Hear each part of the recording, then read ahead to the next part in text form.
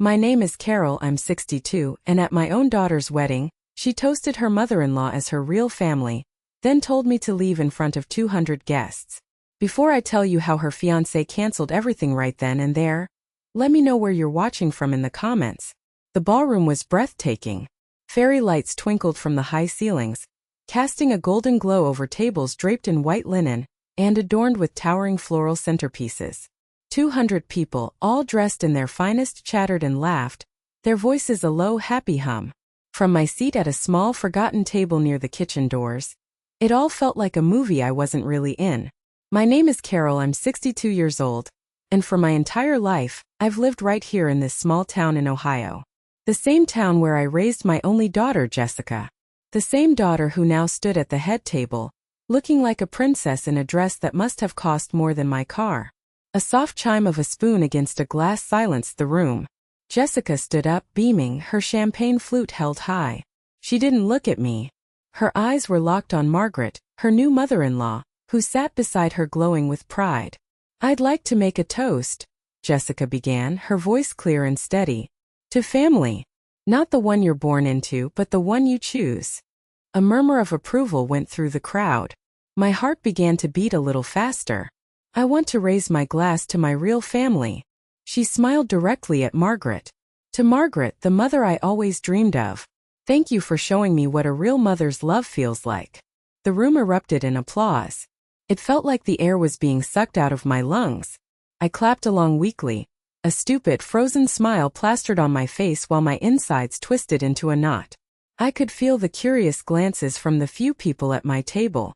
Why was the mother of the bride sitting all the way back here? Then Jessica's gaze swept the room and finally landed on me. The bright, beaming smile she'd had for Margaret vanished. It was replaced by a look so cold, so dismissive, it felt like a physical slap.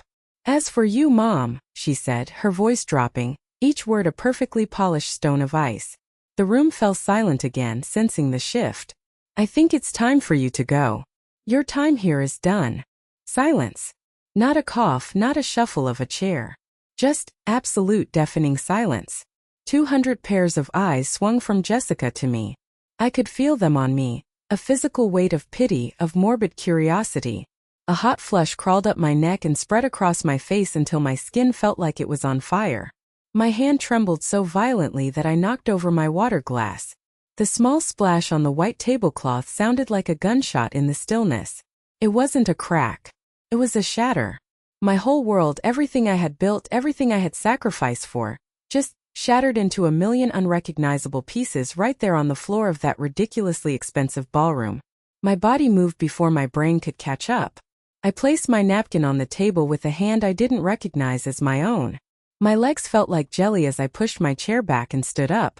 I had to get out. I just had to get out before I completely fell apart in front of all these strangers. I kept my eyes fixed on the exit sign at the far end of the room, a blurry green beacon in a sea of staring faces. Each step was an eternity. I could hear the whispers starting, like the rustle of dry leaves. I was halfway to the door when a different sound cut through the murmurs. It was the loud scrape of a chair being shoved back from the head table. I stopped, my back still to the room, unable to force my legs to take another step. I assumed it was one of the bridesmaids, or maybe even Jessica's new father-in-law, coming to do some damage control. But when I finally slowly turned around, it wasn't a bridesmaid. It was the groom, David.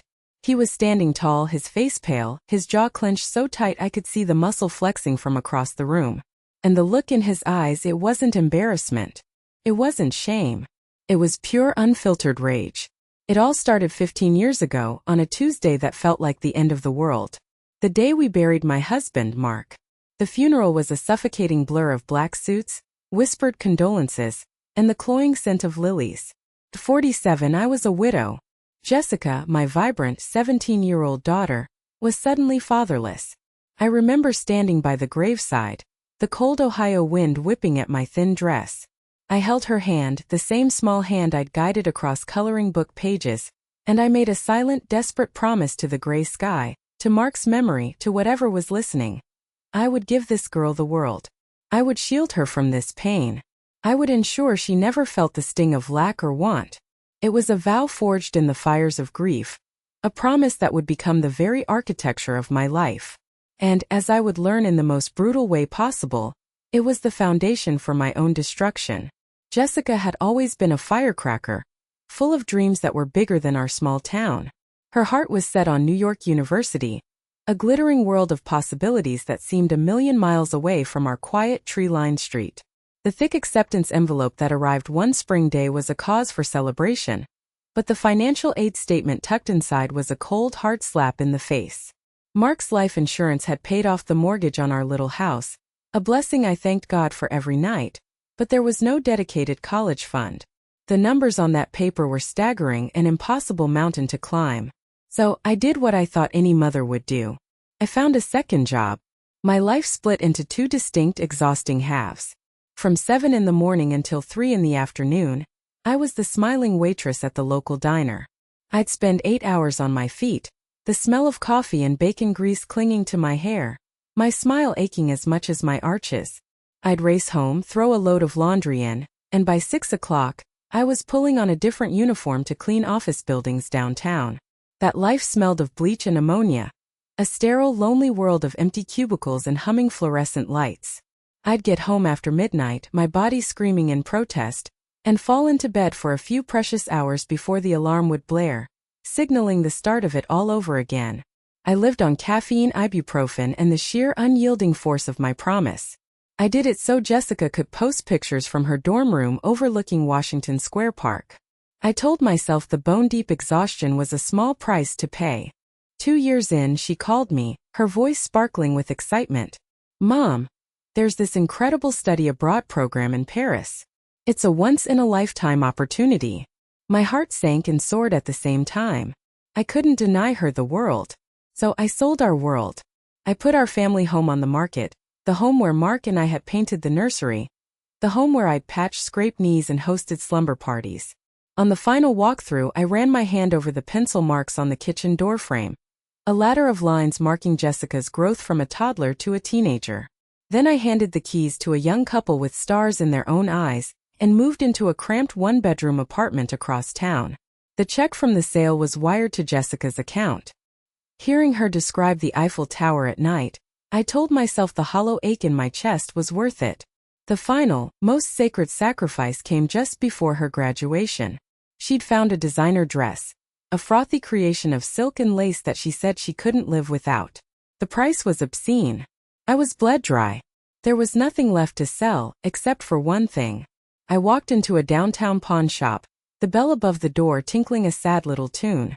I twisted the simple gold band off my finger. The ring Mark had placed there 25 years before. The metal was still warm from my skin. The man behind the counter barely looked at it before counting out a stack of worn bills. A piece of my soul went with that ring. But when Jessica sent a photo, a radiant smile on her face as she posed in that perfect dress, I whispered to myself, it was worth it.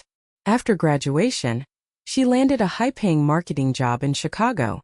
Our phone calls once daily became weekly, then monthly.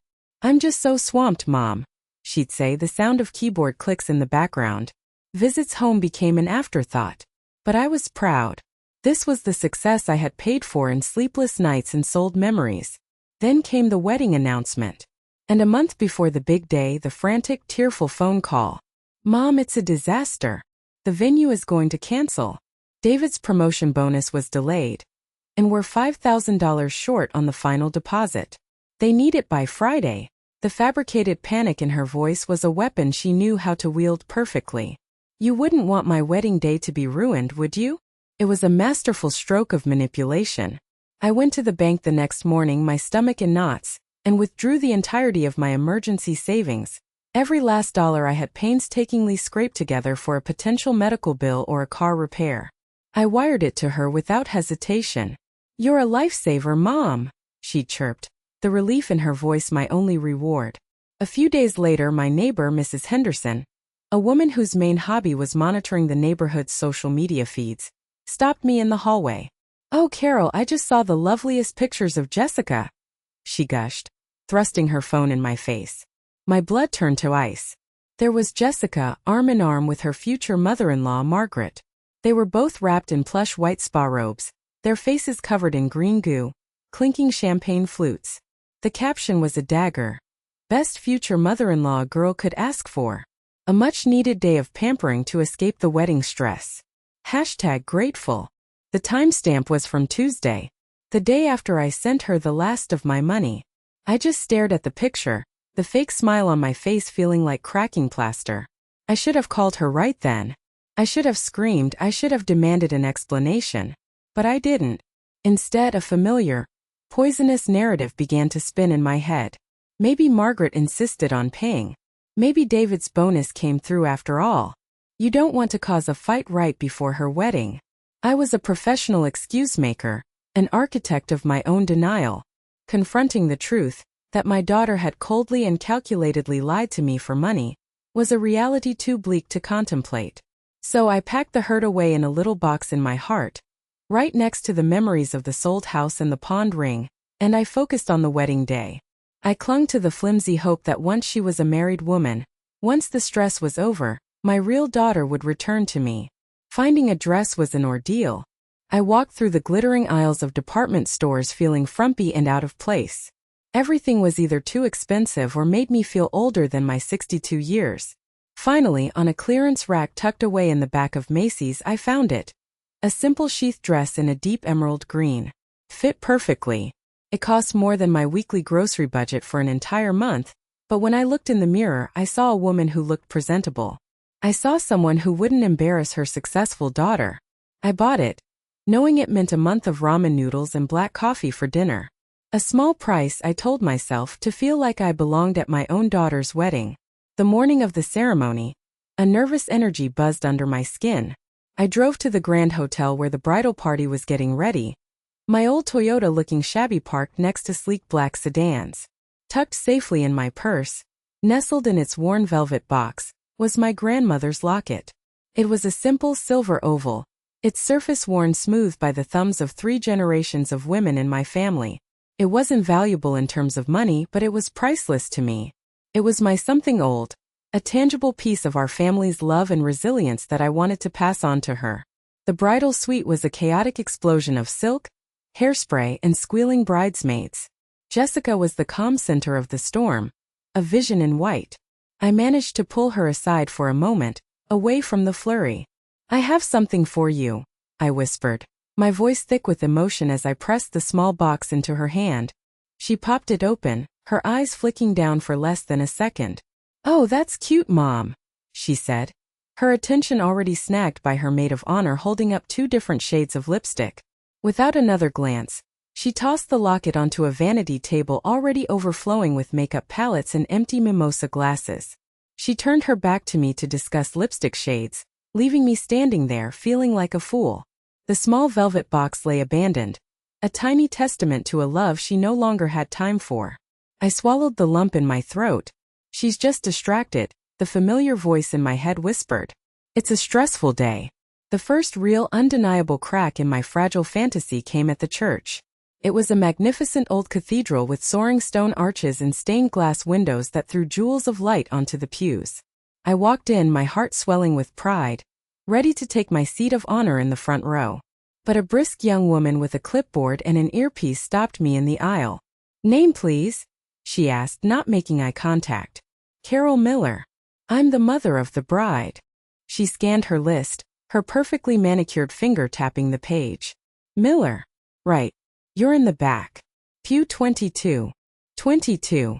The words came out as a squeak. "I think there's been a mistake. I'm her mother." "No mistake," she said, finally looking at me with an expression of mild annoyance. "My instructions from the bride are very clear. The first 10 rows are reserved for the groom's family and close friends of the couple." The humiliation was a physical force, a hot wave that washed over me. I wanted the stone floor to swallow me whole. I made the long, shameful walk down the center aisle, past rows of strangers who I imagined were all staring, all wondering, "Who is that woman? Why is she being sent to the back?" I sank into the hard wooden pew in the last row, the magnificent altar a distant spectacle. I was an afterthought at my own daughter's wedding. After the ceremony, I was swept up in the crowd pushing its way out. I tried to get to Jessica to give her a hug, to tell her how beautiful she was. But before I could reach her, Margaret, her mother-in-law, enveloped her in a dramatic theatrical embrace. Jessica clung to her, laughing a bright, brittle laugh. Over Margaret's shoulder, Jessica's eyes met mine for a fleeting second. There was no recognition, no warmth. It was like looking at a stranger. I need to pause for a second here, because it's important you understand. It wasn't one big dramatic betrayal that broke me that day. It was the death of 1,000 tiny cuts. Each one a small, calculated cruelty. The seating chart, the discarded locket, the averted eyes, the complete and utter dismissal. It was a campaign of psychological warfare designed to make me feel worthless and invisible. At the reception, the final cut was delivered. My place card in elegant calligraphy read Carol Miller. It sat on table 18. The last table. The one tucked in the corner, right next to the swinging doors of the kitchen. My dinner companions were a motley crew of Jessica's old high school friends she barely spoke to anymore, and a few distant work colleagues. Every few minutes, the kitchen doors would burst open, bringing a gust of hot, greasy air and the jarring clang of dropped pots and pans. That was my view. That was my wedding experience. I watched her from my exile, a ghost at the feast. I watched her laugh, her head thrown back, as she danced with David's father. I watched her link arms with Margaret, their heads bent together in conspiratorial whispers. Not once did she look my way. Not once. And as I sat there, picking at my cold chicken, the last embers of my hope finally died out, leaving nothing but cold, gray ash. It was all a prelude. A carefully orchestrated setup for the final public execution. And that brought us right back to that moment. To me, standing alone and exposed, as her brand new husband, David, took the microphone, a thunderous expression on his face. I thought he was going to try and save her, to smooth it over. I was about to find out how wrong I was. David stood at the head table, a silent, imposing figure, the microphone held loosely in his hand. The silence in the ballroom was so complete it felt like a physical pressure, pressing in on all of us. Jessica, finally sensing that this was more than a joke, was frantically tugging at his jacket sleeve. "David, stop it. What are you doing? Sit down," she hissed, her voice a sharp whisper that carried in the stillness. He didn't even glance at her. His gaze, as cold and hard as granite, swept across the room of stunned faces before it finally landed on me. For the first time all day, someone was actually seeing me.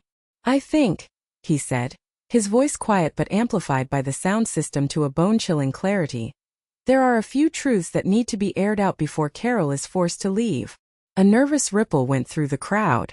People shifted in their seats, exchanging confused, anxious glances. I saw Margaret, David's mother, lean forward, her perfectly coiffed smile frozen in place, a flicker of alarm in her eyes. This was not part of the plan.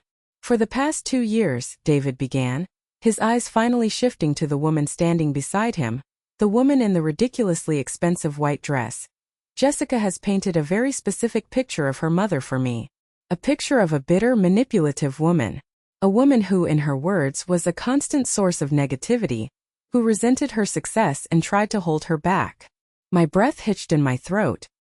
Hearing the poison she'd been whispering confirmed out loud was like having salt poured into a wound. This was the narrative of my life she'd been selling. This was the fiction that had justified her cruelty. And like a fool, I believed her. David's voice cracked, and a flicker of raw, genuine pain crossed his face. I loved this woman. I was going to build a life with her.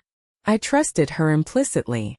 He paused, taking a long, ragged breath, composing himself. But about 2 months ago, a little crack appeared in that perfect picture. A lie so blatant, so unnecessary, that it made me question everything. He looked directly at Jessica, whose face had gone from irritated to ashen white. "You remember the phone call, Jess? The one where you were in tears, telling your mother you desperately needed $5,000 for the venue deposit, because my promotion bonus had been delayed." Jessica's mouth opened, but no sound came out. "Funny thing is," David continued, his voice dripping with sarcasm, "I was in the home office just down the hall. I heard every word. And I knew 2 things. 1, my bonus had been in my bank account for over a week. And 2, my father had paid the final venue deposit in full a month prior as part of his wedding gift." A collective gasp swept through the ballroom. It was a soft, sibilant sound, the sound of 200 people realizing they were witnessing a slow-motion train wreck. "That single greedy lie," David said, his voice dropping to a low, intense growl, "was like pulling a loose thread on a cheap sweater. And the whole thing started to unravel. So I did something I never thought I'd do. I hired a private investigator." The gas this time was louder, sharper. Jessica swayed on her feet, grabbing the back of a chair for support. She looked like she was going to be sick. "I didn't want to believe what he might find," David said, his pain evident. "But I couldn't start a marriage based on a foundation of lies. I had to know." He reached into the inner pocket of his tuxedo jacket and pulled out a slim file folder. He opened it and placed a single sheet of paper on the table in front of him. The truth, as it turns out, is a matter of public record. He found employment records showing that for 15 years, Carol Miller worked 2, sometimes 3 jobs to support her household. He found property records showing that 10 years ago, she sold her family home, the home she had shared with her late husband. He found a pawn shop receipt, dated 5 years ago, for 1 gold wedding band. He looked up from the paper, his eyes finding mine across the room. There was no pity in his gaze, only a profound, gut-wrenching respect that made my own eyes well up with tears. He found financial records showing large, consistent transfers of money from Carol's account to Jessica's. Money that paid for a 4-year degree at NYU. Money that paid for a semester in Paris. Money that paid for years of rent and credit card bills that a starting salary couldn't cover. He found a woman who literally sold her past to give her daughter a future. Tears were streaming down my face now, hot and unstoppable. But for the first time that day, they weren't tears of shame or humiliation. They were tears of release. Someone knew. The truth was out. "And the locket," David said, his voice turning to ice as he turned back to Jessica. "The precious family heirloom you so callously told your mother you'd lost?" He reached into his other pocket. His hand emerged and he opened his palm. There, glinting under the ballroom lights, was my grandmother's silver locket. It wasn't lost. It was in the trash can in the bridal suite, buried under a pile of used cotton balls and empty champagne bottles. "I found it when I went to look for you before the ceremony." He let that final damning piece of evidence hang in the air. Then, with a slow, deliberate movement that seemed to take an eternity, he reached for his left hand and pulled the shiny new wedding band from his finger. "I cannot and I will not build my life with a person capable of this level of deceit and cruelty," he said, his voice resonating with absolute finality. "A woman who would treat the person who gave her everything like a piece of trash." He let the ring fall from his fingers. It hit the table with a tiny sharp clink that echoed through the dead silent room like the crack of a whip. "This wedding," he announced, his voice booming, "is officially cancelled." Then, as Jessica stared at him in horror, he did something that stunned me, and everyone else, into complete silence. He walked away from the head table. It was a simple act, but it felt monumental. He didn't look back at the chaos he had just unleashed. He walked past his parents, who were sitting frozen, their faces etched with shock and dawning horror. He walked past the bridesmaids, their mouths agape. He walked with a purpose, his path cutting directly through the center of the ballroom, straight toward my little table of exile in the corner. Jessica finally found her voice, a desperate, strangled wail. "David, no. Don't you dare walk away from me." He didn't break his stride. It was as if she didn't exist. The whispers in the room had now turned into a low, buzzing roar as people tried to process the public implosion they were witnessing. He stopped right in front of me, standing between me and the prying eyes of the entire wedding party. He looked down at me, his face softened by a sorrowful empathy. "Carol," he said, his voice now gentle, meant only for me, "you do not deserve any of this. No one does." He extended his hand. "Please, let me take you home." I looked at his outstretched hand, then back up at his face. Through my tears I could only manage a single shaky nod. My throat was too thick with emotion to form words. I placed my trembling hand in his, and he helped me to my feet. As he led me toward the grand double doors of the ballroom, the room erupted. Jessica, a blur of white satin and fury, scrambled from her chair and ran after us, her expensive dress tangling around her ankles. She caught up to us just as we reached the exit, grabbing my free arm with a desperate grip. "Mom, please. Don't go," she sobbed, her carefully applied mascara running in black rivers down her cheeks. "You can't leave me like this. You can't." She sank to her knees on the plush, patterned carpet, a fallen princess in a ruined fairy tale. And in that moment, something inside me shifted. For my entire life, her tears had been my command. They were a weapon she wielded with expert precision. A signal that I needed to drop everything and fix her world, soothe her pain, absorb her mistakes. But now, looking down at her, I felt nothing. The deep, instinctual well of maternal guilt that she had drawn from for decades had finally, blessedly run dry. The spell was broken. I gently but firmly pulled my arm from her grasp. I looked down at her, not with anger, but with a strange, sad clarity. "When you are ready to have a real conversation, Jessica," I said, and I was shocked by the calm, steady strength in my own voice. "You know where to find me. But I am done begging for your love. I am done paying for it with pieces of myself." With that, David opened the door, and we stepped out into the cool, quiet evening air, leaving the wreckage of her perfect day behind us. The drive to my small apartment was silent. A thick, unspoken understanding filled the space between us. There were no words that could adequately capture the enormity of what had just happened. When he pulled up to my building, he put the car in park and turned to me. "If you need anything, Carol, anything at all, a lawyer, someone to talk to, here's my number." He scribbled it on the back of a receipt from his wallet. I took it, my fingers brushing his. "Thank you, David," I whispered. "For everything. For seeing me." He just nodded, a sad smile on his face, and watched until I was safely inside my apartment. The first person I called was my sister, Susan.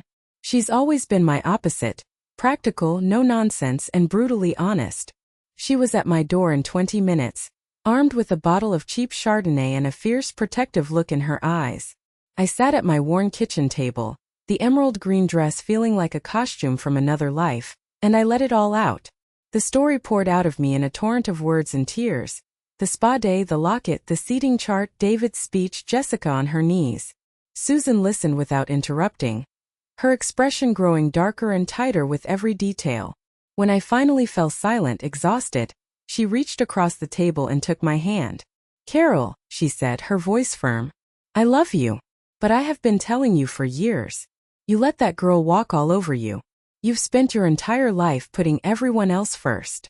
She was right. We talked for hours. She reminded me of how I'd given up my spot in nursing school to care for our dying mother, so she could finish her business degree.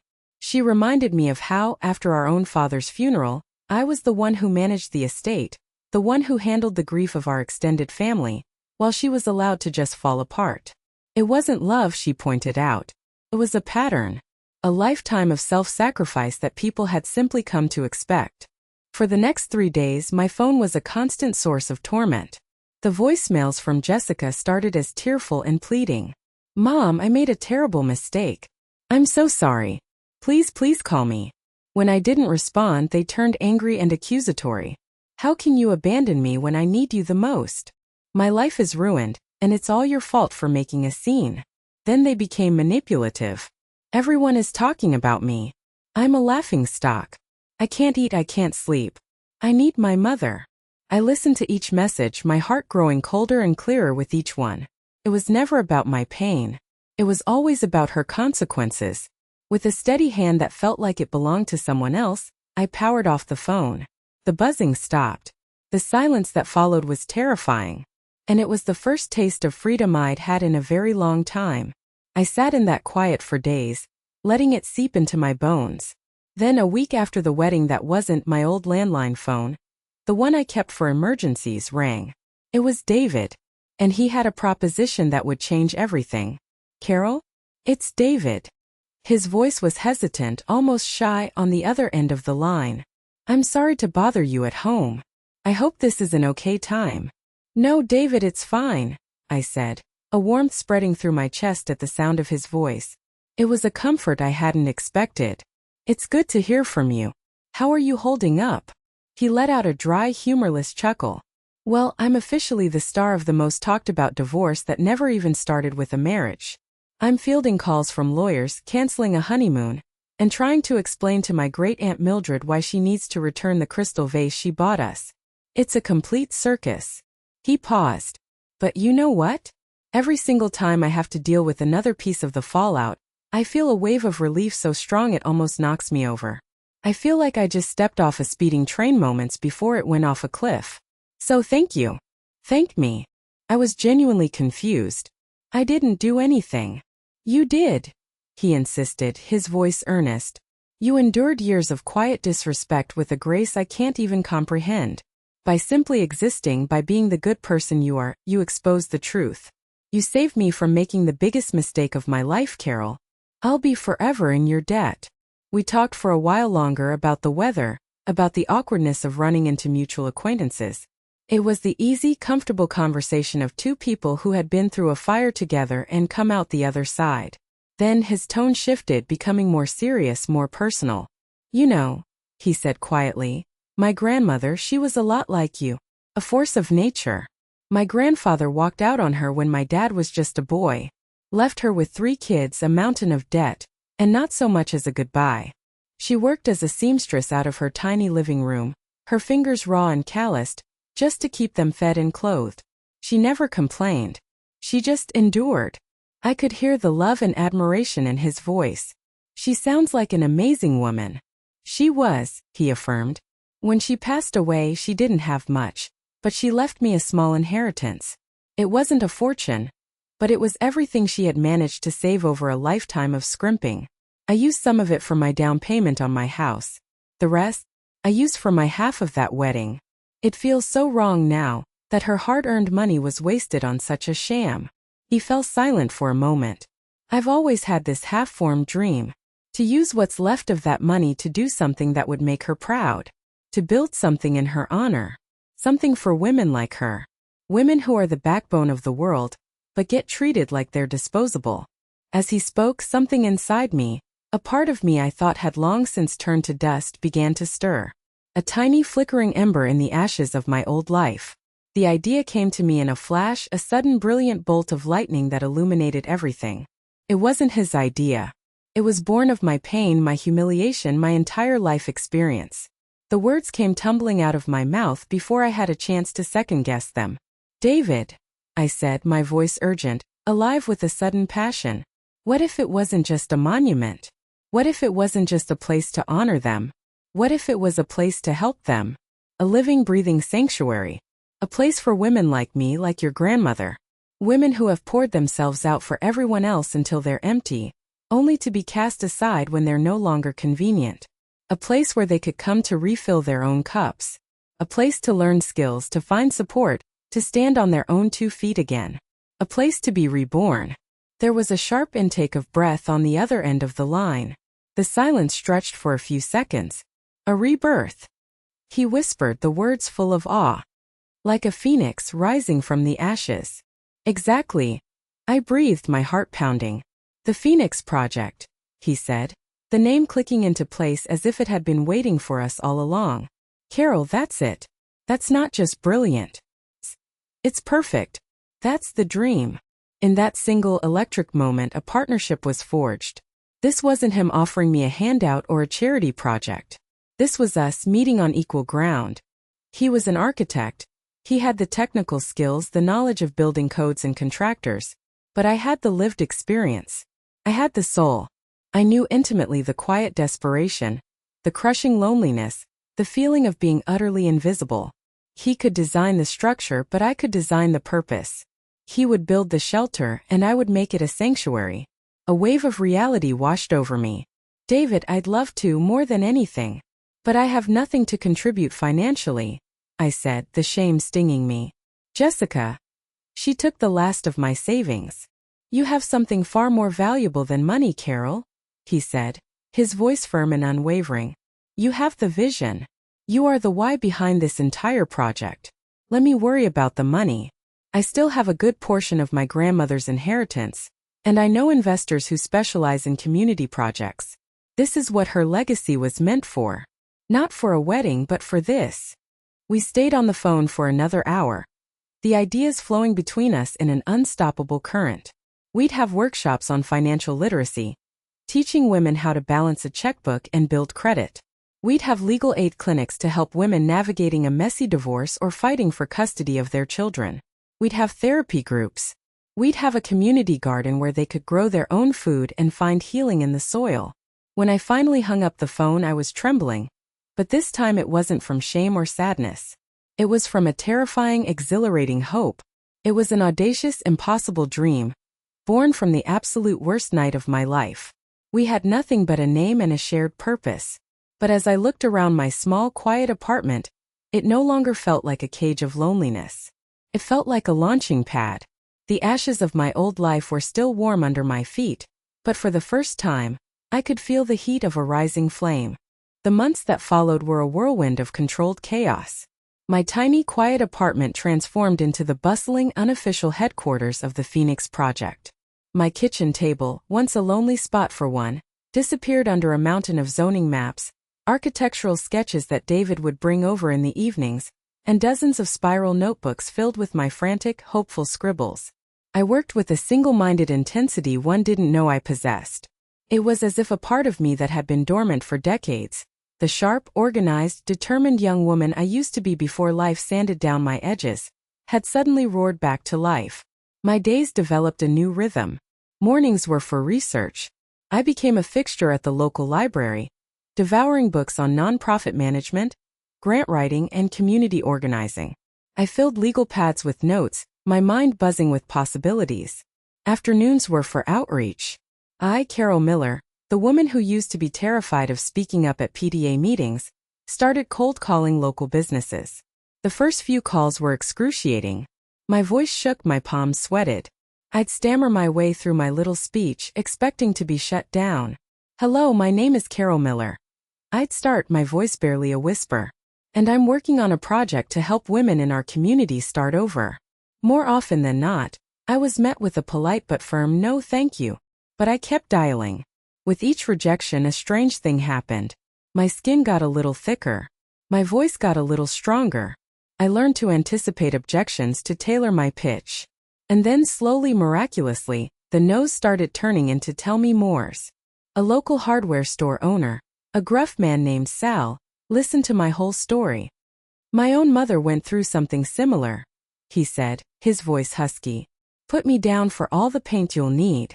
At cost."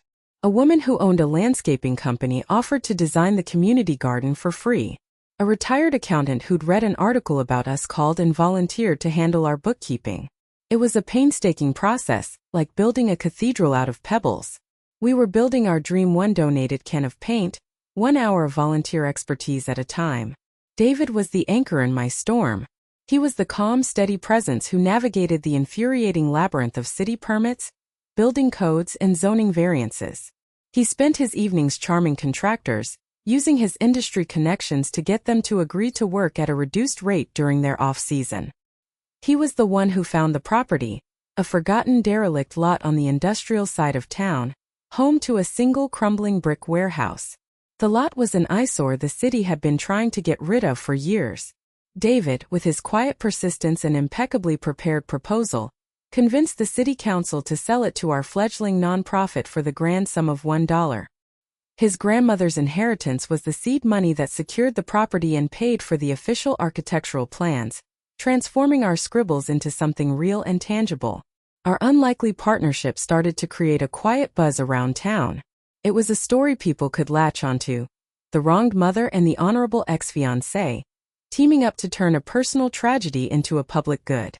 The Ohio Chronicle sent a young, eager reporter to interview us at the site.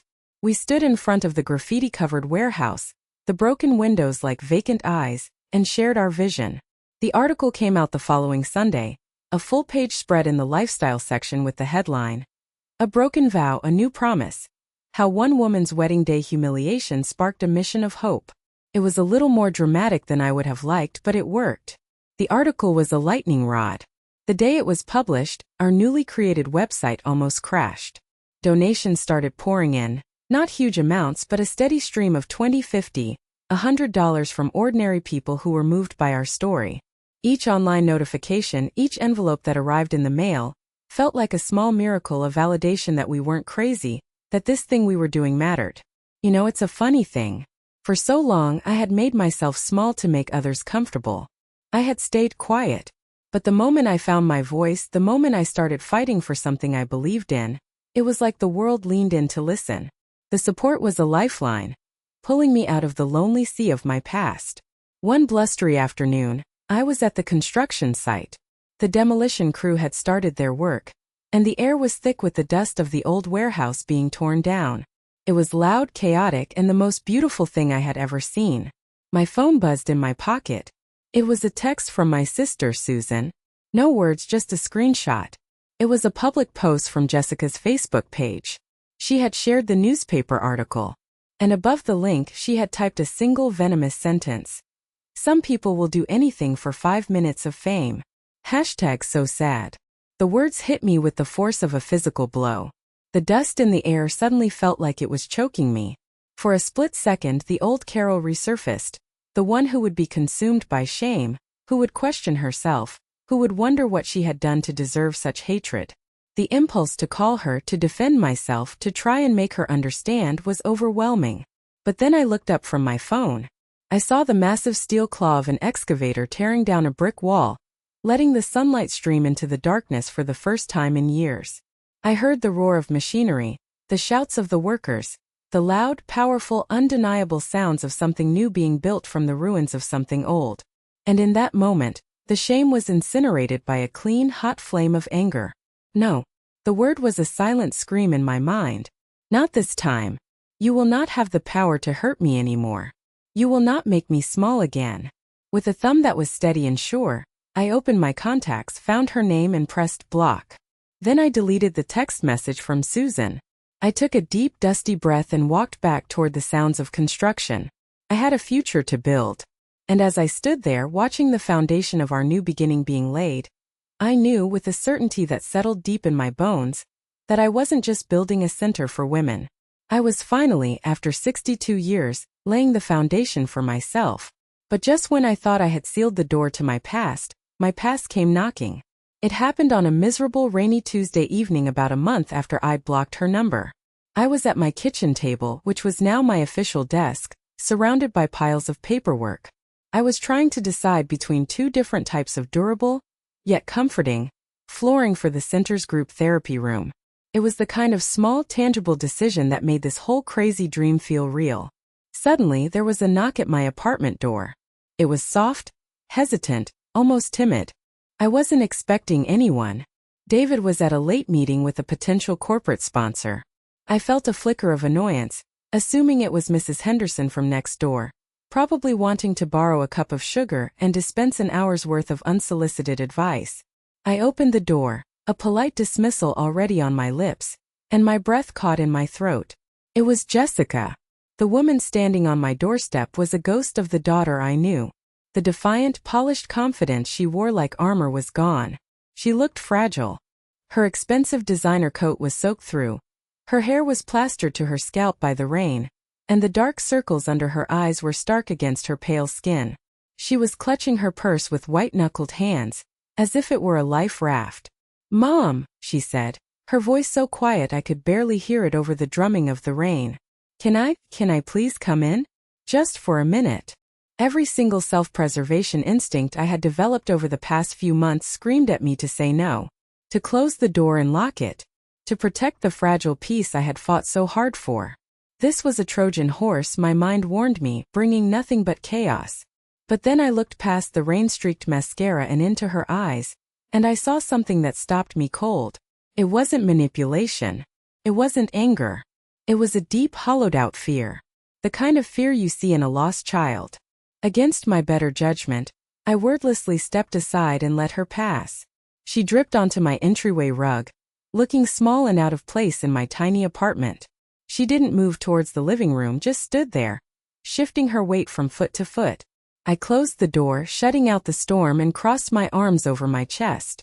It was an unconscious gesture, a physical barrier I was putting up between us. "Why are you here, Jessica?" I asked. My voice was flat, devoid of emotion. I would not give her an inch. I would not make this easy. She took a shaky breath, clearly steeling herself. I've been going to therapy," she said, the words coming out in a rush. Since that day. My therapist, Dr. Evans, she's been helping me to look at things about myself. About us. I remained silent, my expression unreadable. This was her stage, her confession. I was just the audience. All those years, she began, her gaze dropping to the wet floor. I knew.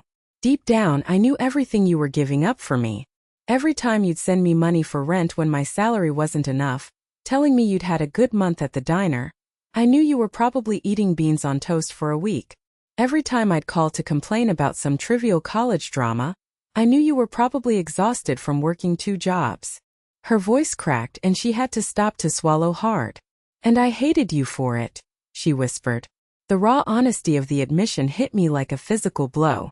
No, that's not right. I didn't hate you. I hated myself. I felt so guilty. It was like a poison inside me. I knew I could never repay you. I could never be that selfless, that good. And living with that feeling, the feeling of being a constant disappointment, a constant drain, it was suffocating. She finally looked up at me, her eyes pleading. So I made you the bad guy. I twisted the story in my head. Your sacrifices weren't gifts, they were chains. Your love wasn't unconditional. It was a tool to control me, to make me feel forever indebted to you. I painted you as this manipulative, bitter villain, she choked out. Because it was so much easier than admitting the truth, that I was a selfish, ungrateful, terrible daughter. The confession hung in the small space between us. Raw and ugly, and for the first time true. A tiny part of me, the old broken part, wanted to rush forward and absolve her. To say, "It's okay, baby, I forgive you." But the new Carol, the woman who had stood in front of a demolition crew and felt hope, held her ground. "I appreciate you telling me this, Jessica," I said, my voice steady, though my heart was hammering against my ribs. "It takes courage to face those parts of yourself. But an explanation is not an absolution. And an apology is just the first step on a very, very long road. Rebuilding trust. That's different. That takes action. That takes work. And it takes time." "I know," she whispered, fresh tears welling. "What do I do? Tell me what to do." "No," I said, firmly but not unkindly. "That's the old way. Me telling you how to fix things. That's not my job anymore. That's for you to figure out." I took a breath, laying down the new law. "What I can tell you is this. The relationship we had is over. It was toxic. I enabled your behavior by never setting a single boundary, and you took advantage of my love. I will not go back to that. I have changed, Jessica. I am not the same woman you threw away at your wedding. I have a life now. Purpose. If you want to be a part of it, it will be on new terms. It will be based on respect. My respect for you as an adult capable of change, and your respect for me as a woman who will no longer be your doormat." She stared at me, her mouth hanging slightly open, as if she were seeing a complete stranger. She wasn't just hearing the words. She was feeling the shift in power, the new unshakable foundation I was standing on. "Okay," she said at last, her voice small. "Okay, Mom. I understand." She looked so lost, so utterly defeated. "I should go." I walked her to the door. There was no hug. There was no comforting touch. Just the vast, painful chasm of our history between us. As she stepped back out into the rain and disappeared into the darkness, I didn't know if I had just witnessed the beginning of our reconciliation, or the final, necessary amputation. I had drawn my line in the sand. Now it was up to her to decide if she was willing to cross it. The next 6 months passed in a dizzying, exhilarating blur. The shell of the old warehouse was transformed into a beacon of hope. David's architectural vision and my relentless focus on a welcoming, healing atmosphere merged perfectly. The walls were painted in soft, calming colors. Sunlight streamed through large windows, illuminating comfortable sitting areas filled with donated furniture we had lovingly reupholstered. The industrial chill was replaced by the warmth of polished wood floors and colorful woven rugs. We had a state-of-the-art computer lab for job training, quiet, private rooms for one-on-one counseling, and a bright, airy workshop where the scent of sawdust and paint already hinted at future creativity. The community kitchen, with its gleaming stainless steel appliances and huge central island, was destined to become the heart of the center. Outside, the once barren lot was now a symphony of life. A flourishing garden with raised beds for vegetables, winding paths, and benches tucked away under newly planted trees. The Phoenix Project was no longer a blueprint or a dream. It was a tangible, breathing reality. The day of the grand opening was one of those perfect, impossible autumn afternoons in Ohio. The sky was a piercing, cloudless blue, and the air was crisp, carrying the scent of wood smoke and fallen leaves. I stood near the newly built entrance, a simple blue ribbon stretched across it, my heart hammering against my ribs with a mixture of terror and elation. I was wearing a simple, tailored navy blue dress David had insisted I buy for the occasion. It felt different from the emerald green dress of the wedding. This one felt like armor. Felt like me. The turnout was beyond anything we could have hoped for. The mayor came and gave a speech. The entire city council was there. The young reporter from the Ohio Chronicle, who had become a genuine supporter of our cause, stood at the front with a photographer. And there were people. So many people. Donors, volunteers, local business owners. But most importantly, there were the women. Dozens of them. Women from the community who had heard our story, who had been following our progress online. They stood in small groups, their faces a mixture of curiosity, hope, and a weary recognition that told me they understood, on a cellular level, why this place needed to exist. David stood beside me, looking impossibly handsome and endearingly nervous in a sharp gray suit. He caught my eye and gave me a small reassuring smile. He squeezed my hand. "Ready to launch this ship?" he whispered. I squeezed back, taking a deep breath. "As I'll ever be." He was the first to speak. He stood at the small podium we'd set up on the new patio, and with his quiet, steady confidence, he thanked everyone who had helped us turn an impossible dream into a brick-and-mortar reality. He spoke of his grandmother's legacy, of the importance of community, of the power of second chances. Then he turned to me, his eyes shining with a pride that made my own eyes well up. "But none of this, not a single brick or nail, would be here today without the true architect of this project," he said, his voice thick with emotion. "The woman whose courage and vision are the very foundation of the Phoenix Project. My partner, Carol Miller." A wave of warm applause washed over me as I walked to the podium. My hands were shaking so badly I had to grip the sides of it to steady myself. I looked out at the sea of expectant faces, and for a terrifying second, my mind went completely blank. Then I found my voice. 7 months ago, I began, the words coming out stronger and clearer than I'd expected. I was an invisible woman. I thought my entire identity was stitched together from the roles I played for other people. Wife, mother, caregiver. My value, I believed, was measured by how much of myself I could give away, by the depth of my sacrifice. I took a breath, letting the words hang in the crisp autumn air. Then, on a day that should have been filled with joy, my world was publicly and painfully dismantled. I was told in no uncertain terms that I was no longer needed. And in the silent, terrifying wreckage of that moment, I was forced to confront a question I had spent 62 years avoiding. Who am I, if not for them? I saw it then in the faces before me, the flicker of recognition, the quiet nods, the sheen of tears in the eyes of women my age, and women much younger. They knew this question. They had lived it. "The Phoenix Project is our answer," I continued, my voice rising with a passion that came from the very core of my being. "This is not just a building of wood and glass. This is a declaration. It is a declaration that every woman has an intrinsic value, a light of her own, that has nothing to do with her relationship to anyone else. This is a place to heal, yes, but it is also a place to grow. A place to rediscover your worth, to learn new skills, to find your voice, and to realize," I said, my eyes scanning the crowd, my voice ringing with the conviction I felt in my bones, "that it is never, ever too late to rise from the ashes and build a life that is truly your own." When I finished, there was a beat of profound silence, followed by an eruption of applause that felt like a physical wave of support and understanding. It rolled over me, through me, and healed a part of me I didn't even know was still broken. Afterwards, as people mingled, sipping cider and touring the new facility, I was enveloped in a sea of hugs and handshakes. Women I'd never met shared their stories with me in hushed, urgent tones, stories of bad divorces, ungrateful children, lost careers. "You've given us hope," one woman whispered, gripping my arm, her eyes shining. In the midst of all this joyful chaos, I happened to glance towards the back of the property, near the edge of the newly planted garden. And I saw her. Jessica. She was standing alone, partially shielded by the branches of a large, ancient oak tree that we had insisted on saving during construction. She wasn't part of the crowd. She was an outsider looking in. She was crying, not the loud performative sobs of her wedding day, but silent heartbroken tears that tracked down her face unnoticed. Our eyes met for a long, aching moment across the lawn. I saw a universe of regret, of shame, of a loss so profound she was only just beginning to comprehend it. She didn't come forward. She didn't wave.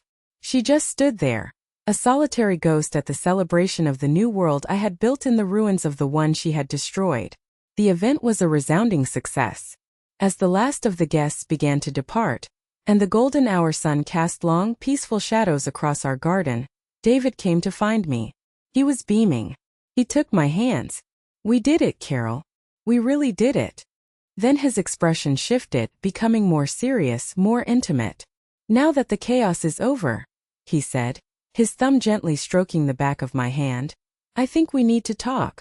About us." The air in the garden was growing cooler, carrying the sweet, earthy scent of chrysanthemums and damp soil. The happy chatter of the departing guests faded into a peaceful quiet, punctuated only by the chirping of crickets tuning up for their evening symphony.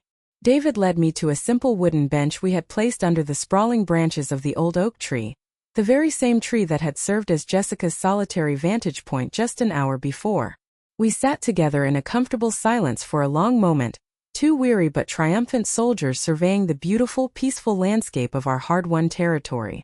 The sky was beginning to bleed into shades of lavender and rose, and the lights we had strung through the trees began to glow, creating a magical, intimate canopy above us. "Carol," he began, turning on the bench to face me fully.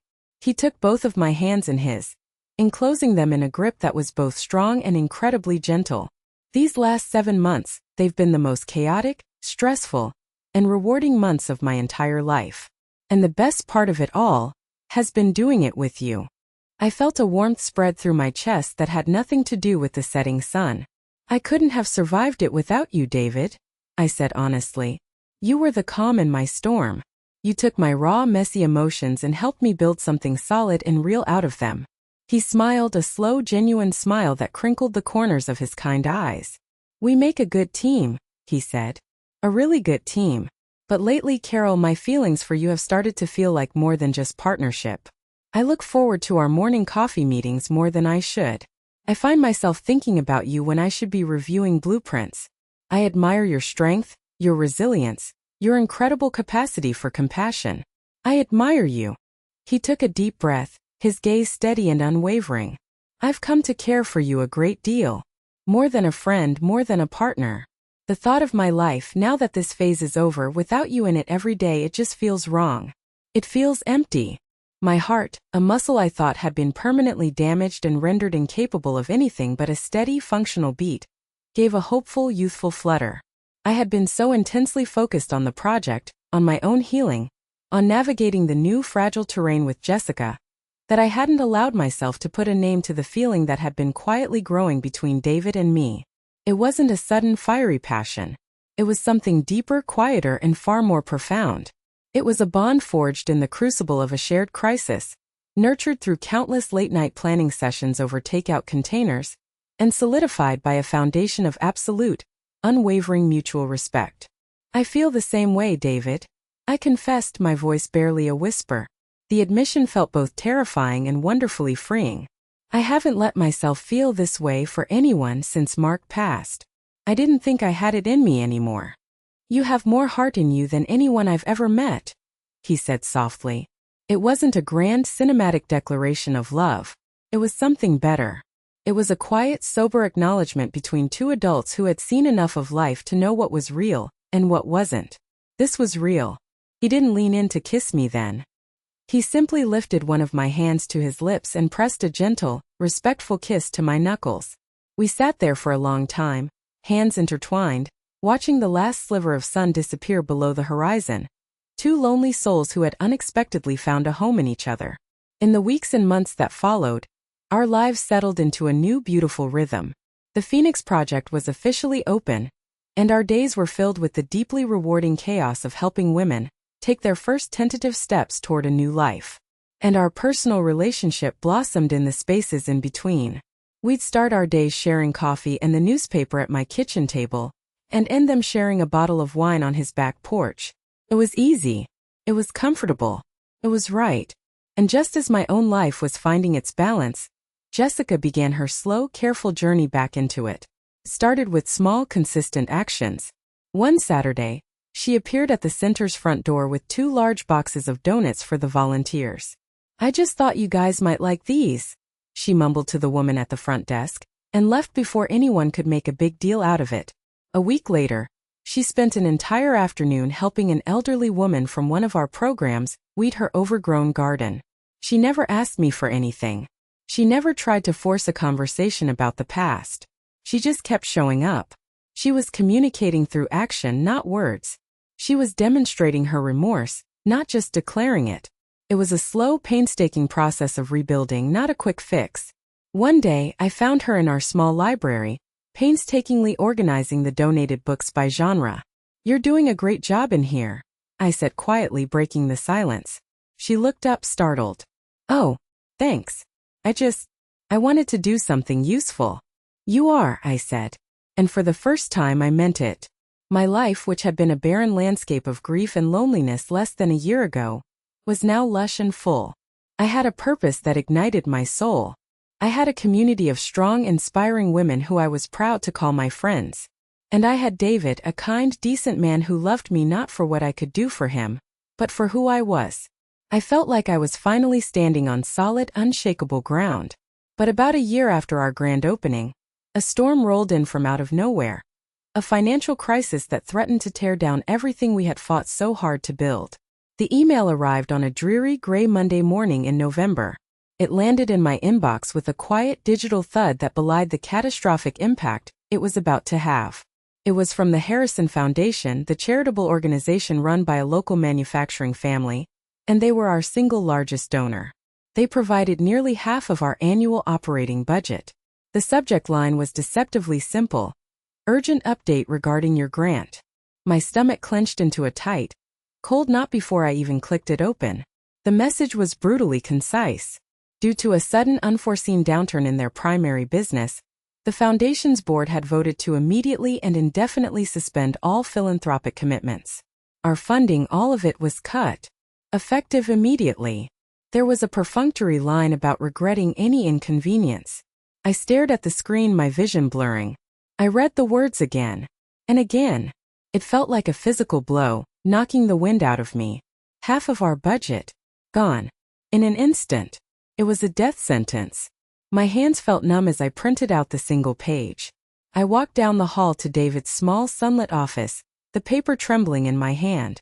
He was on the phone with a contractor, discussing plans for a small expansion of our workshop space. He saw the look on my face and his smile faded.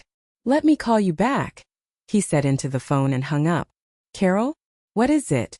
You look like you've seen a ghost." I couldn't speak. I just laid the single sheet of paper on his desk. He read it, his brow furrowing. His face went pale. He read it a second time as if he couldn't believe the words. He looked up at me, his eyes wide with disbelief. "This can't be real." "I called their office," I said, my voice sounding distant and hollow.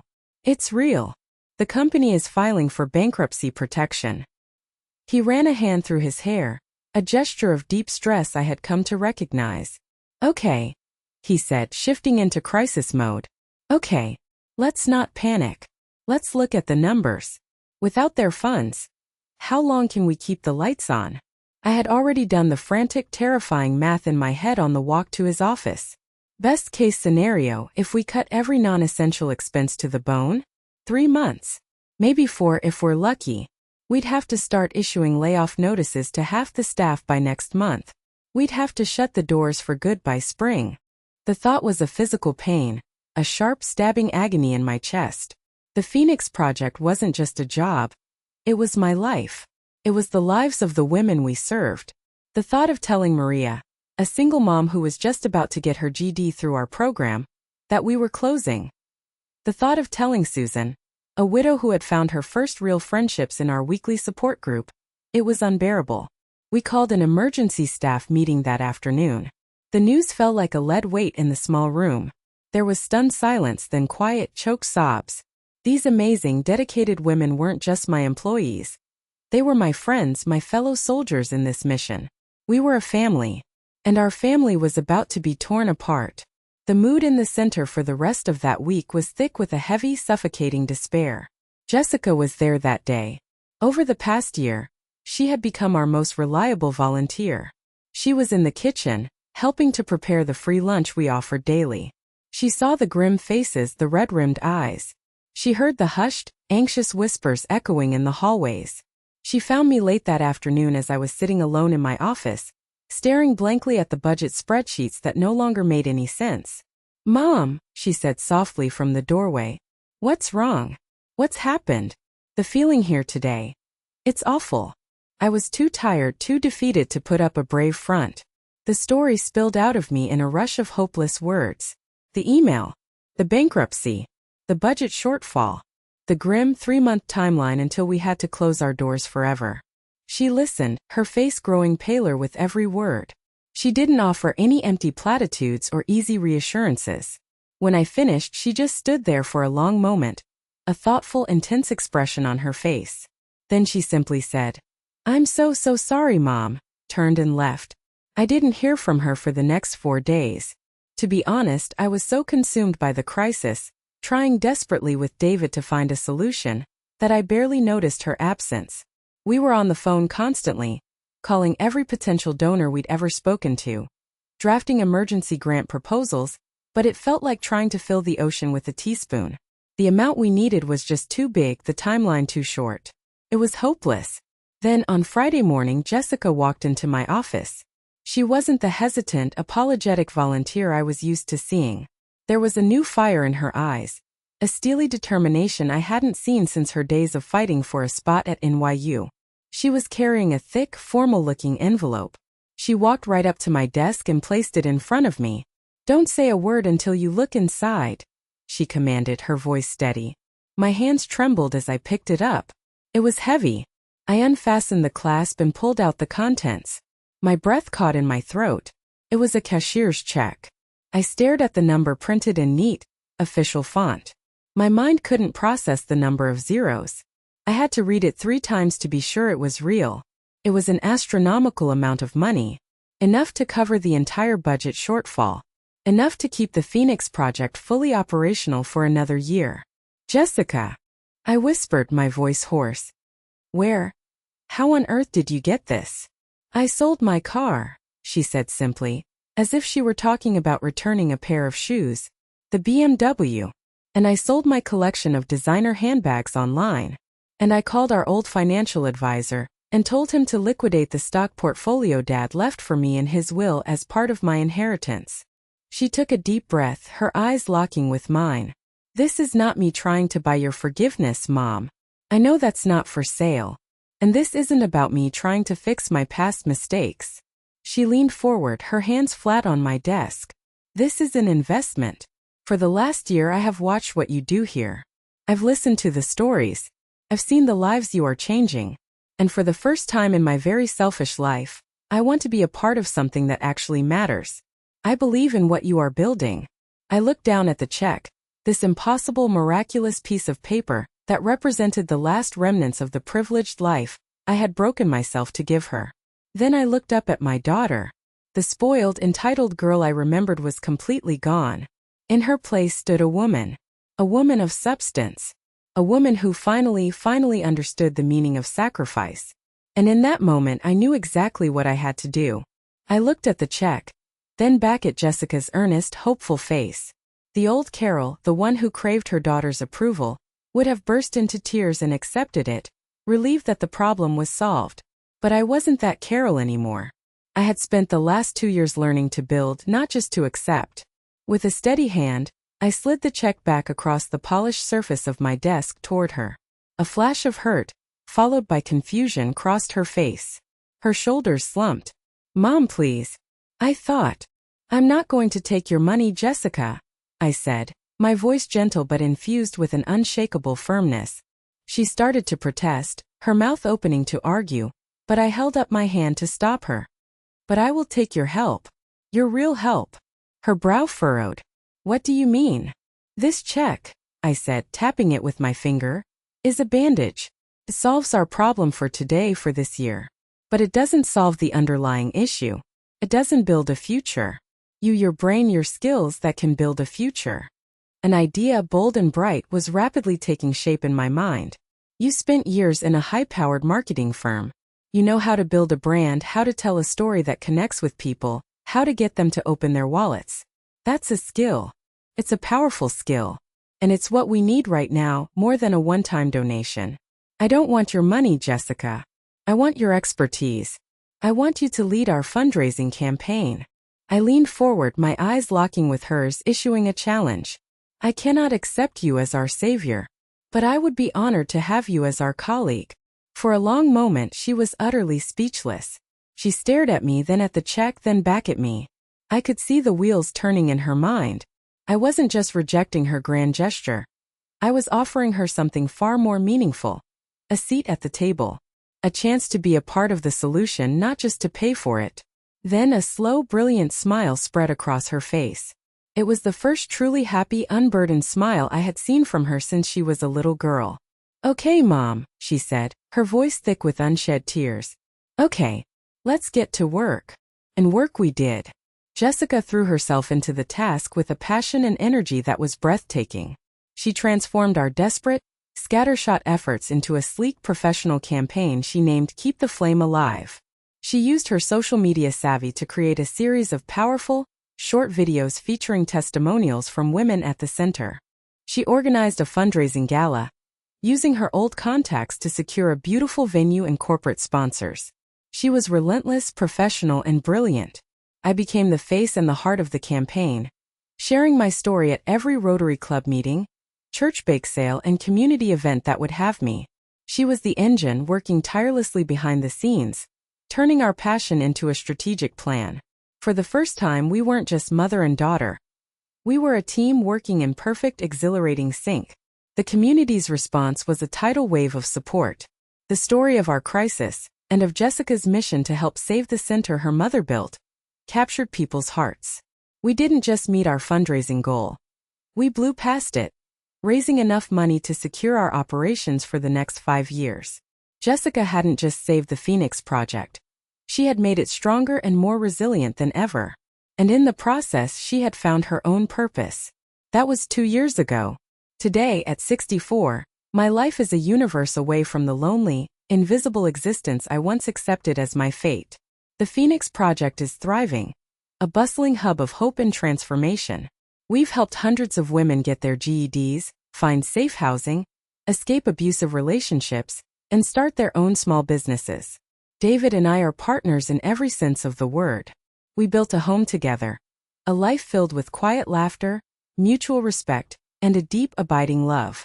It's not the frantic, needy love of my youth. It's the peaceful, nourishing love of my best years. And Jessica? Our relationship has been reborn. The tangled knot of guilt, resentment, and obligation has been painstakingly unraveled. In its place is a bond built on the solid ground of mutual respect between two strong, capable, adult women who choose every day to be in each other's lives. She is now the official marketing director for the center, and she serves on our board. We have lunch every Thursday. We talk about everything and nothing. We laugh. The scars of our past are still there, faint lines on the map of our history, but they are no longer open wounds. They are reminders of how far we've come. I realized a long time ago that the best revenge I could ever have wasn't about seeing Jessica suffer or grovel. The most profound revenge was building a life for myself that was so full of joy, purpose, and love that her approval or disapproval became completely irrelevant.